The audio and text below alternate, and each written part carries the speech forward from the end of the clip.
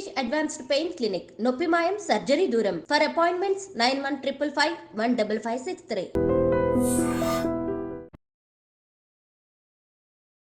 నమస్కారం, welcome to I dream. ధర్మ మార్గం విత్ విజిత కార్యక్రమానికి స్వాగతం.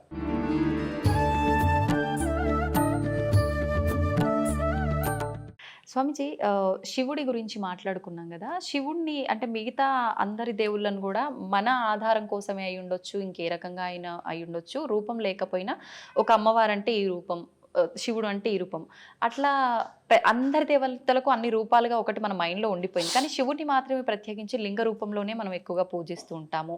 అందులో కూడా మళ్ళీ రకరకాల లింగాలు, ముఖ్యంగా పార్థివ లింగానికి చాలా ప్రత్యేకత ఉంది అని చెప్తూ ఉంటారు. ఏంటి ఆ ప్రత్యేకత? పార్థివ లింగాన్ని మనం ఆరాధించడం వల్ల ఎటువంటి ఉపయోగాలు ఉంటాయి?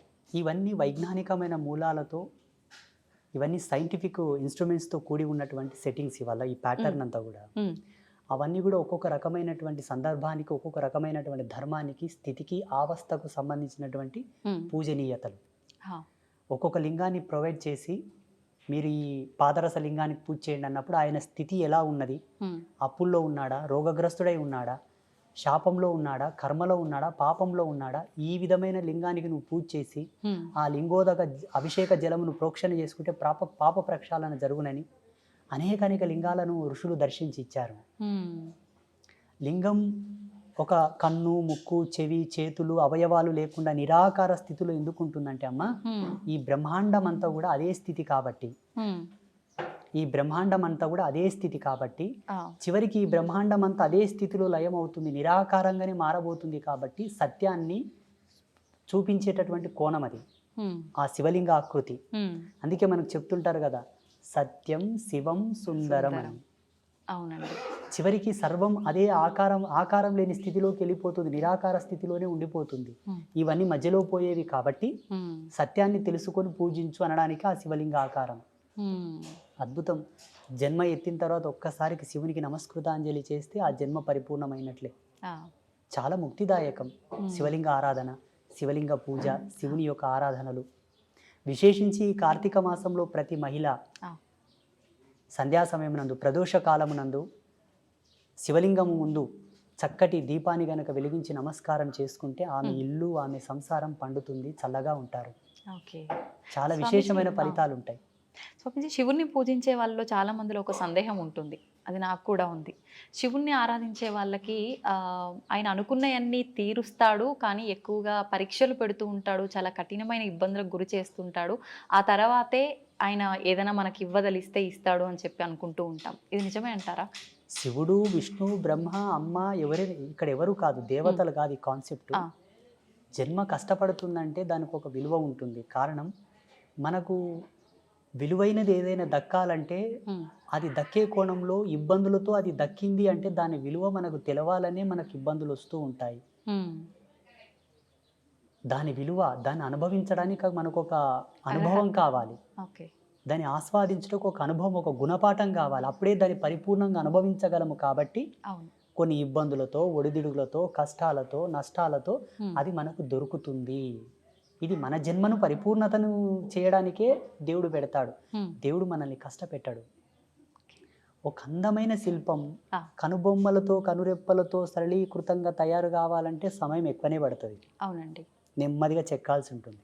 ఏదో 2 దెబ్బలు కొట్టి పాడేసామంటే తొందరగానే తయారవుతుంది. జీవితం కూడా అదే పారదర్శక సూత్రం పైన ఆధారపడి ఉన్నది. ఇక్కడ దేవుడు మనల్ని కష్టపెట్టాడు.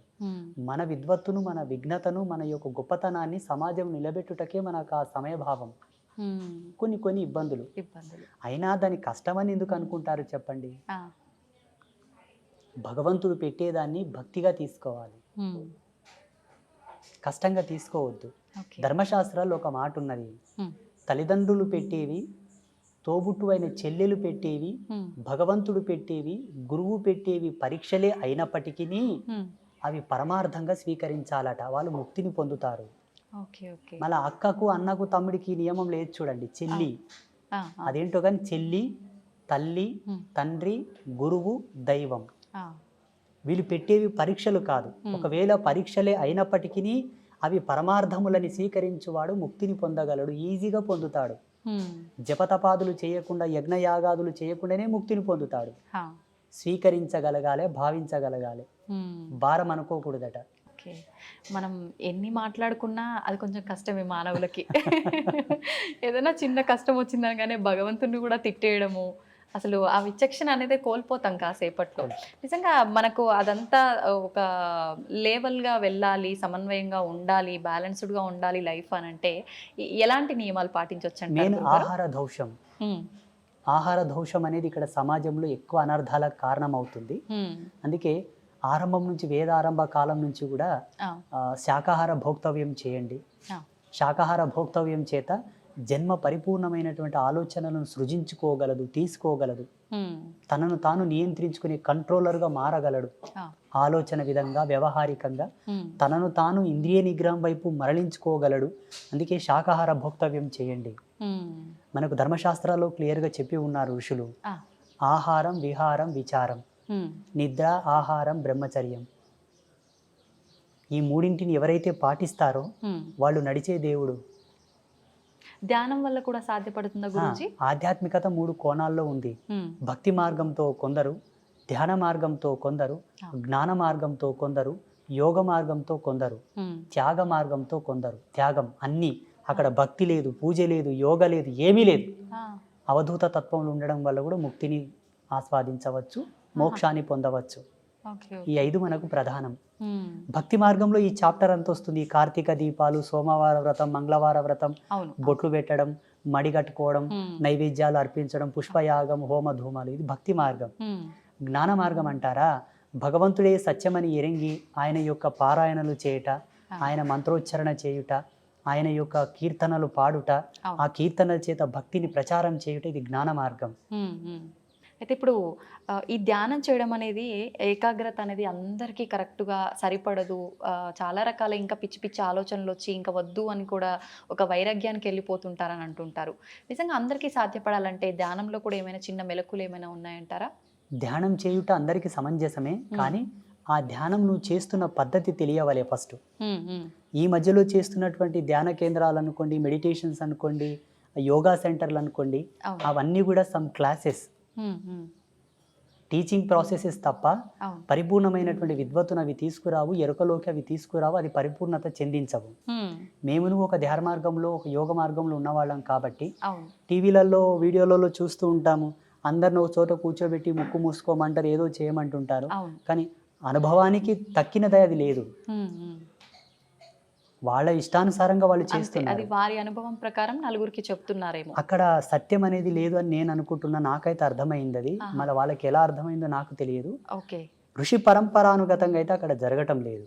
చూడము, ఒకటే మాట, యథాతథముగా వాస్తవికతను గనక పాటించిన వాడు లాభాలు పొందుట తథ్యము. అవాస్తవాన్ని, అభూత కల్పనలు గనక నువ్వు పాటించినావు అనుకో, పిచ్చోస్త తప్ప లాభం రాదు. అవునండి, ఇది సత్యం. ఇది అందరూ గ్రహించగలగాలి, ప్రేక్షకులు కూడా. అంత మాత్రానికి ఏదైనా లాభం ఉన్నా అవాస్తవానికి అది లైఫ్ లాంగ్ అనేది ఉంటుంది అని చెప్పలేం. ఏదో ఒక రోజు అది బయట పడిపోతుంది, దానికి తగ్గ ప్రతిఫలం వాళ్ళు అనుభవించాల్సి వస్తుంది. ఇప్పుడు కార్తీక మాస శుభ సందర్భాన మీరు ఇక్కడికి రీచ్ చేశారు కాబట్టి, కార్తీక మాసంలో దుర్గావ్రతం ఒకటి ఉన్నది. చాలా మంది కార్తీక మాసం అంటే శివకేశవులకు అన్వయం చేసి ఉభయ తెలుగు రాష్ట్రాల్లో దీపాలు పెట్టడం, పూజలు చేయడం ఉన్నది. అవునండి. శివకేశవుల యొక్క ధర్మపత్నులు కూడా ఒక వ్రతం చేశారు కార్తీక మాసంలో. ఎవరి వ్రతం చేశారు? మీరేమో కృష్ణుడు దేవుడు, రాముడు దేవుడు అంటున్నారు. వాస్తవంగా రాముడు, కృష్ణుడు ఇద్దరు కూడా దేవతలే, దేవుళ్ళే. ఋషులే వాళ్ళకు యజ్ఞ పట్టం ఇచ్చారు, యోగదత్తం చేశారు. నేను కూడా చెప్తాను.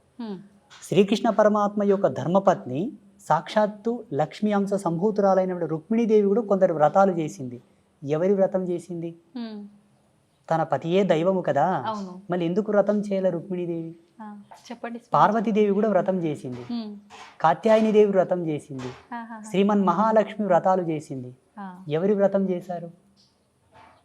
వాళ్ళ పతులే దైవములు కదా. ఇంద్రుడి యొక్క భార్య కూడా వ్రతం చేసిన శచీదేవి. అష్టదిక్పాలకుల యొక్క ధర్మపత్నులు కూడా వ్రతాలు చేశారు. దేవ ప్రాజాపత్య ధర్మములందరూ, ఆ ధర్మపత్నులందరూ కూడా వ్రతాలు చేశారు. ఋషిపత్నులు కూడా వ్రతాలు చేశారు. వ్రతం ఎవరికి చేయబడుతుంది? నోములు ఎవరికి చేస్తారు? భగవంతుడికే చేస్తారు. పురుష దేవతలకు లేవు. అంటే అందరినీ సృష్టించింది ఆదిపరాశక్తి లలిత అమ్మవారు కాబట్టి ఆమెకు సంబంధించిన వ్రతం ఏదైనా ఉందా? ఎగ్జాక్ట్లీ. అస్తు అస్తుమే సదాశివో అస్తు, ఇది సత్యం. ఓకే. కానీ ఎక్కడ చేస్తున్నారు ఇప్పుడు? చేయట్లే. సత్యాన్ని కనుమరుగు చేశారు కావాలని. అందుకే జనాలకు ఆధ్యాత్మికత రుచించటం లేదు. మీరు అన్నట్టుగా కన్ఫ్యూజన్లోకి వచ్చేసి అవును, అవును. వైరాగ్యం వచ్చి ఈ దేవుళ్ళొద్దు, ఈ ఫోటోలొద్దు, తీసేయని రాని పక్క కానీ గమ్మున కూర్చుంటున్నారు. నిజమండి. అవును. పోనీ తీసేసినంత మాత్రాన వాళ్ళు ఏమన్నా ముక్తిని పొందేదరా? లేదు. అంతర్పిశాసులై తిరుగుతారు సచ్చినాక, గాలిలో దయ్యాలలాగా తిరుగుతారు. ఎన్ని పిండ ప్రదానాలు చేసినా, ఎన్ని శ్రద్ధా తర్పణాలు చేసినా, ఎన్ని దాన సంస్కారాలు చేసినా వాళ్ళ ఆత్మలకు మోక్షం రాదు, రిజర్వేషన్ రాదు, తిరుగుతూనే ఉంటారు. అది మరీ దుర్భర్మం, మరి ఘోరం. అది ఇదన్నా బాగుంది కానీ అది భయానకం. అది భయానకం. అయితే స్వామీజీ, చాలా మంది ఇప్పుడు ఈ సాధన, ధ్యానము ఇలాంటివి చేయడం వల్ల హిమాలయ ప్రాంతాల్లో కొన్ని వందల సంవత్సరాలు కూడా జీవంతో ఉన్న ఋషులు, సాధువులు ఇలాంటి వాళ్ళు ఉన్నారని చెప్తుంటారు కదా, నిజంగా అంత సాధ్యపడుతుందంటారా వీటి వల్ల? 100%. రేపు జనవరి నెల చివరిలో కుంభమేళ స్టార్ట్ అవుతుంది. మీరు దయచేసి మీ ఐ డ్రీమ్ మీడియా వాళ్ళు వెళ్ళండి, లేదంటే నాకు అక్కడ కలవండి, నేను కలుస్తాను. మీకు ఎంతమందిని కావాలో అంతమందిని పరిచయం చేస్తా, వాళ్ళతో రిక్వెస్ట్ చేస్తాను, మీతో మాట్లాడిస్తాను, ఎన్నేళ్ళు బతికినావు చెప్పప్ప అని చెప్తా. ఇప్పుడు మాలాంటి వాళ్ళు చెప్తే కొంతమంది కామెంట్లు పెడుతున్నారు, ఏ పిచ్చోడు ఉన్నాడు, వీడు ఎట్లా బతుకుతారు నాయన, ఇది సైన్స్కే విరోధం కదా అంటున్నారు. నీ సైన్స్ కంతు చిక్కని మిస్టీరియస్ చాలా ఉన్నాయి. గీజా పిరమిడ్ మీద ఇంతవరకు ఏ సైంటిస్టు రీసెర్చ్ చేయలేదు. ఔరంగాబాద్లో ఉన్న కైలాస టెంపుల్ మీద ఏ సైంటిస్టు రీసెర్చ్ చేసి రికార్డు ఇవ్వలేదు. వీటి గురించి మీకెందుకయ్యా? మీకేమైనా ఆధ్యాత్మికంగా పట్టున్నదా? సాధన మర్మములు తెలుసా మీకు? యోగ మూలాలు తెలుసా మీకు? ఒక తాబేలు కానీ చేప కానీ నీళ్ళల్లో గంటల కొద్దీ ఉండగలదు. నువ్వు ఉండగలవా? లేదు. దాని శారీరక నిర్మాణ స్థితి, దాని శైలి, దాని జీవన విధానం అది అవలంబించుకుంటున్నది. యోగ మార్గంలో కొన్ని మెలకువలు ఉన్నవయ్యా, వాటితో వాళ్ళు శరీరాన్ని అట్లా మలుచుకొని బ్రతుకుతున్నారు, లక్షల సంవత్సరాలు బ్రతుకుతున్నారు. అవి సామాన్యులకు కూడా సాధ్యపడతాయంటారా? అలా జీవించగలగాలి. శరీరాన్ని ఎన్నో వ్యయప్రయాసాలకు, ఒడిదుడుగులకు ఓడ్చుకొని శరీరాన్ని క్రమబద్ధీకరించి బెండ్ చేయాలి, మడచాలి దాన్ని. చాలా రిస్క్తో కూడుకున్నది. చాలా. మీకు లైవ్లో ఇప్పుడు మీరు చాలా రేర్గా నాకు పరిచయం అయ్యారంటే ఈ మధ్యలో పరిచయం అయ్యారు. ఇక్కడ సమీపంలో యానగుంది క్షేత్రం ఉంటుంది, మాణికేశ్వరి మాత. అమ్మ 82 సంవత్సరాలు నిరాహార యోగినిగా ఉండే మొన్నటి వరకు. 2 సంవత్సరాలు అయింది అమ్మ శివైక్యం చెంది, అంటే జీవ సమాధి అయింది. మొన్నటి వరకు అమ్మవారు చెప్పింది, నేను ఈ కలియుగంను వీడిపోతున్నాను, కలియుగంకు ఒక మహమ్మారి వస్తుంది చూడని. అమ్మవారి సమాధి చెందిన వారంకే కరోనా ప్రవేశించింది భారతదేశంలో. ఇంతకంటే లైవ్ సాక్ష్యం ఏం కావాలి? ఆమెకు తెలుసు కదా ఈ మహమ్మారి వస్తుందని. అమ్మ ఇంకొక మాట కూడా అన్నది, ఏంటండి? ఊరుకో పతివ్రత ఉంటే ఊరు పొలిమేరకు ఏ విఘాతం జరగదట. ఆ పతివ్రత ధర్మంతో. ఊళ్ళో ఒక సాధువు ఉంటే ఆ ఊరికి ఏ విధమైన అనర్థాలు జరగవట. అలాగే ఈ భారతీయ భౌగోళిక స్థితికి మాలాంటి తాపసులు అడ్డున్నారా, అందుకే మహమ్మారులు ప్రవేశించటం లేదు. నేను వెళుతున్నాను, వస్తుంది మహమ్మారి, దీన్ని ఆపగలిగినటువంటి యోగకర్తం ఏదైనా చేయండి అన్నది అమ్మవారు. వాస్తవంగా అమ్మవారు పోయినమ్మనే భారతదేశానికి కరోనా వచ్చింది. అంతకన్నా ముందు వేరే దేశాల్లో నా తాండవం ఆడింది మొత్తం. అమ్మవారు చెప్పిన వాక్కును అనుసరించి మన పీఠంలో గోమాత కళ్యాణం చేసి లోక కళ్యాణానికి ధారపోసాం ఆ యజ్ఞశక్తిని. మళ్ళీ కరోనా వెళ్ళిపోయింది. ఈమె పిచ్చిగా అనిపించవచ్చు కానీ ఈ స్పిరిచువాలిటీ డిపార్ట్మెంట్ అంతా కూడా నేచర్ కంట్రోలర్ సిస్టమ్స్ ఇవన్నీ. ప్రకృతిని మేము కంట్రోల్ చేస్తాం, మీకు చేత కాదు. మిమ్మల్ని ప్రకృతి కంట్రోల్ చేస్తుంది, ఇంతే తేడా. స్వామీజీ, ఇలా అంటే ముందే ఏదైనా జరగబోతుంది అంటే ఇప్పుడు ఆ మాతాజీ గారు చెప్పినట్టు కొన్ని చెప్తూ ఉంటారు, నిజంగా జరిగినవి కూడా చూస్తుంటాము. మళ్ళీ అలాంటిది ఒక బ్యాక్టీరియా రాబోతుంది అని కొంతమంది చెప్తున్నారు. లేదు అంటే రకరకాల ప్రళయాలు రాబోతున్నాయని చెప్పి మొన్న రీసెంట్గా అక్కడ జల ప్రళయాలు జరిగాయి కదా, అలాంటివి కేరళ సైడ్, అలాంటివి మళ్ళీ మన దగ్గర కూడా వచ్చే అవకాశాలు ఉన్నాయని చెప్పి, చాలా ప్రాణ నష్టం కూడా జరుగుతుందని చెప్పి కొంతమంది చెప్పారు ఆ మధ్యకాలంలో. మళ్ళీ అలాంటివి ఏమైనా రాబోతున్నాయంటారా? ఈ భారతదేశం చాలా గొప్పది, మనమందరం గర్వపడాలి. ప్రపంచమంతా అతలాకుతలమైపోయిన భారతదేశానికి ఏమీ జరగదు. కాలధర్మ సిద్ధాంతంలో మనము కొంత ఏగవలసి ఉంటే ఏమో అట్లా వచ్చిపోతాయి తప్పిస్తే మనకు ఏ భయము లేదు. ఎందుకంటే మన దేవాలయ వ్యవస్థ అంత గట్టిది. చూడండి, భవిష్యత్తులో ఒక 10-15 సంవత్సరాల్లో జరగబోతుంది ఇది. ఏంటంటే ప్రపంచమంతా స్వేచ్ఛావాయువులు పీల్చుకోవడానికి భారతదేశానికి వలస రాక తప్పదు. బుక్కెడు గాలి పీల్చుకొని వస్తాం, ఇండియాకు పోయాను వస్తారు చూడండి. అవునా? ఆల్రెడీ స్టార్ట్ అయిపోయింది. ఆల్రెడీ స్టార్ట్ అయిపోయింది. ఆ. ఈ భారతదేశం చాలా గొప్పది, అందులో మన హిందూయిజం చాలా గొప్పది. అవును. ఈ ధర్మాన్ని ఎందుకు కాపాడమంటున్నామంటే భావి తరాలకు మీరు కోట్లు గడించి ఇవ్వక్కర్లా, ధర్మాన్ని ఇవ్వండి చాలు. అంతే. ఎలా ఇవ్వాలి ధర్మాన్ని? ఆ. నీ పిల్లలకు చెప్పాలి, ఒరేయ్ ఉమ్. నువ్వు పుట్టుకతోనే ధర్మం నీ పక్కన పుట్టిందిరా, కారణం నువ్వు పుట్టుకతోనే పురుడు చేసినాం, పురుడు ఎక్కడి నుంచి వచ్చింది? సనాతన ధర్మం నుంచి వచ్చింది. అవును. నీకు నామకరణం చేసినాం, నీ పుట్టుకతోనే ధర్మం నీ తోబుట్టు అయిందిరా. ధర్మం నీ చెల్లెలు లాంటిది, అక్క లాంటిది, అన్న లాంటిది, తమ్ముడు లాంటిది. ఆ. వాళ్ళకి ఏమైనా జరుగుతూ ఉంటే చూస్తూ ఊరుకుంటావా? మూర్ఖుడా. ధర్మ విఘాతం ఎక్కడ జరిగినా నువ్వు పోరాడాలని చెప్పి పిల్లలకు మనం మోటివేట్ చేయాలి. ఆ. మళ్ళీ అంతే కదమ్మా, పుట్టినప్పటి నుంచి అవునండి. మనకు ధర్మంతోనే కదా అన్ని నేర్పి, అవును. అవును. అక్షరాభ్యాసము, ఉపనయనము, ఉమ్. యజ్ఞోపవీతము, అవును. ఇవన్నీ మనకు ధర్మంలోని భాగాలే కదమ్మా. అంతే. సంస్కృతి ఇచ్చింది మనకు, అవును. టెక్నాలజీ ఇవ్వలే. టెక్నాలజీ మనం ఇచ్చిందా? లేదండి, మనం నిత్యం అనుభవించే వాటిలో ఇప్పుడు మీరు చెప్పినట్టుగా పుట్టుక నుంచి చావు వరకు ప్రతిదీ ధర్మంతో సైన్స్తో కూడి ఉంది. ప్లస్ మధ్య మధ్యలో మనకు పండగలు ఇలాంటి వాటి ద్వారా కూడా ఇంకా మన ధర్మం యొక్క గొప్పతనాన్ని కూడా చాలా, తెలియజేస్తూనే అందులో ఉంటారు ఎప్పటికప్పుడు. క్రమశిక్షణ, అవును. నిబద్ధత, ఉమ్. మహిళ యొక్క గౌరవ సూచకం, కుటుంబంలో ఒక మంచి సంఘీభావం, సమతుల్యత, ఐక్యమత్యం, ఉమ్. మంచి సోదరభావం నెలకొనడానికి కూడా మన సంస్కృతులు, మన పండుగలు పెట్టారు మన వాళ్ళు. అవును. అవును. ఎప్పటికప్పుడు బూజు దులుపుకొని ఇల్లంతా తోరణాలు కట్టుకొని ఉమ్. ప్రాణవాయువుని ప్రజ్వరిలింపజేసుకోవాలని చెప్పి పిండి వంటలు, హా. ఆరోగ్యంలో కూడా పలు మార్పులు రావచ్చు అని చెప్పేసి ఆహార పదార్థాలు భోక్తవ్యం చేయడం ద్వారా ఉమ్. జెనెటిక్ రిఫార్మింగ్ కూడా నెగిటివ్ కాకుండా పాజిటివ్ ఉండడానికి ఉమ్. ప్రతిదీ ప్రతిదీ ప్రతిదీ పరమార్థం, ప్రతిదీ అద్భుతం, ప్రతిదీ ఒక అమోఘం మన దాంట్లో. ఏది కూడా వేస్టేజ్ లేదు మన సనాతన ధర్మంలో. అవును. అవును. మేధావులేమో ఇదంతా మూఢనమ్మకం అంటారు, పిచ్చి. ఉమ్. అవును. మూఢనమ్మకం, అసలు దేవుడే వాళ్ళ లేడు. పిచ్చి. ఉమ్. వాళ్ళు ఇంకా ఎల్కేజీ స్టడీలో ఉన్నారు వాళ్ళు. ఆ. నా దృష్టిలో వాళ్ళు చిన్నపిల్లలు. నా దృష్టిలో, నా భావనలో మూఢనమ్మకం అనడానికి సనాతన ధర్మంలో ఏమీ లేదమ్మా. నిమ్మకాయ తీసేసినా కూడా అది నమ్మకమే, ఒక విశ్వాసం, దాంట్లో విఘ్నత ఉన్నది, విజ్ఞానం ఉన్నది. హా. నిమ్మకాయలు తీసేయడం, గుమ్మడికాయలు దిష్టి తీయడంలో కూడా అవును. అవును. విజ్ఞాన ఫార్ములాస్ నేను చూపిస్తా. ఉమ్. రమ్మని నాతోనికి జన విజ్ఞాన వేదిక పెద్ద మనిషి వస్తాడు, హా. మీరు రీసెర్చ్ చేయలేదు దాని మీద. ఇప్పుడు భగవంతుడు ఉన్నాడు అని అంటే ఖచ్చితంగా దుష్ట శక్తులు కూడా ఉన్నాయని చెప్పి అంటుంటారు. ఉన్నట్టేనండి? లైవ్లో ఉన్నాయి, ఇప్పుడు మన పక్కలో కూడా ఉన్నాయి కొన్ని. అవునా? ఆ, మీకు కనిపిస్తాయా? మన కెమెరా పిక్సెల్ తక్కువ ఉంది, లేకపోతే రికార్డ్ అవుతుండే. ఆ, ఓకే. ఒక టోనోమీటర్ తీసుకురావాల్సింది మీరు, దాని సౌండ్స్ మీరు వినేవాళ్ళు ఇప్పుడు. ఆ, ఓకే. భయం వేస్తుందండి. ఏం భయపడాల్సిన అవసరం లేదు. సాధువుని చూస్తే యమభటులే బెదురుకుంటారు. అవేం చేస్తాయి మనల్ని? మీరు అడిగారు కాబట్టి ఉన్నాయి, ఎప్పటికెప్పుడు ఉంటూ ఉంటాయి, భయపడాల్సిన అవసరం లేదు. ఒక సువాసిని సాంప్రదాయకమైనటువంటి కుంకుమను ధరిస్తే భూత ప్రేతములు ఆమెకు దండం పెట్టి పోతాయట. సాంప్రదాయకమైన కుంకుమ అంటే ఇప్పుడు బల్కంపేట ఎల్లమ్మ ఉన్నది, అవునండి. అమ్మ పాదాల కాడే కుంకుమ నెలకో 2 నెలలకు వెళ్ళి ఇంట్లో స్టోర్ చేసుకోవాలి. మీరు డ్యూటీకి వెళ్ళేటప్పుడు ఇంత నష్టం తగిలించుకొని పోతే దిష్టి బారదు, దిష్టి బారదు. ఇప్పుడు వాళ్ళే అనుకోండి మీ మీద కొంత, మీరు మంచిగా అందంగా తయారై వస్తే కొంత ఏదో జలసిగా ఫీల్ అయిపోతుంటారు అనుకోండి, ఆ దిష్టి మీకు వారదు. ఆ కుంకుమలో ఉన్న ఎనర్జీ దాన్ని అక్కడనే పంపిస్తుంది. నా భక్తురాలు అక్కడనే పో అంటది సీదా. మన బదులు అమ్మవారే ఫైట్ చేస్తారు. సాంప్రదాయకమైన తిలక ధారణ అంటే ఇదే.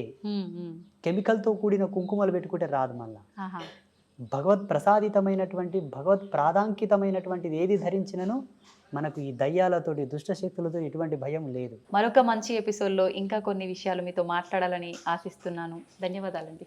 ఐ డ్రీమ్ మీడియా ప్రేక్షకులకందరికీ ఒక సన్యాసిగా, ఒక బ్రహ్మచారిగా మా యొక్క ఆశీస్సులు.